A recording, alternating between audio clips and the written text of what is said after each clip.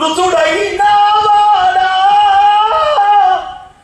మృతిని గెలిచి లేచిన వాడా, మది నిన్ను. ఈ పాట ఇప్పుడు రాదు, ఎందుకు రాదంటే ఇప్పుడు అన్ని కొత్త పాటలు.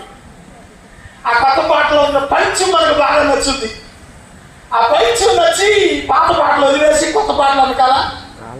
ఆ మధ్య ఒకడు వచ్చాడు నా దగ్గరికి, అయ్యారు మీరు మీటింగ్లో అప్పుడప్పుడు పాటలు పాడతారు కదా, నేను ఈ మధ్య ఒక పాట రాశాను, ఆ పాట పాడండి అన్నాడు.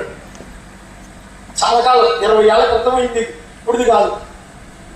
సరే మంచి పాట అయితే పాడదామని సరే పాడన్నా. దిక్కులు చూడకు యేసయ్యా పక్కనే ఉన్నది మరియమ్మ అని రాశాడు. మీ పాట తెచ్చిపోయిందే, మీ నవ్వే నాకు అర్థం. మీ పిచ్చి దొంగల దోల. ఆ పాట అంత గుర్తున్నప్పుడు మరి ఈ పాట వాడు గుర్తుండ దేవుడి పాట. యేసయ్య దిక్కులు చూడవేంటి మరియమ్మ పక్కన ఉండవేంటి అంటే, యేసయ్య పసిపిల్లాడండి, ఉయ్యాలేసి మరియమ్మ అంట్లు తోముకుంటుంది, ఆకలేసి అటు ఇటు చూస్తున్నాడు, అప్పుడు రాశాడు అన్నాడు.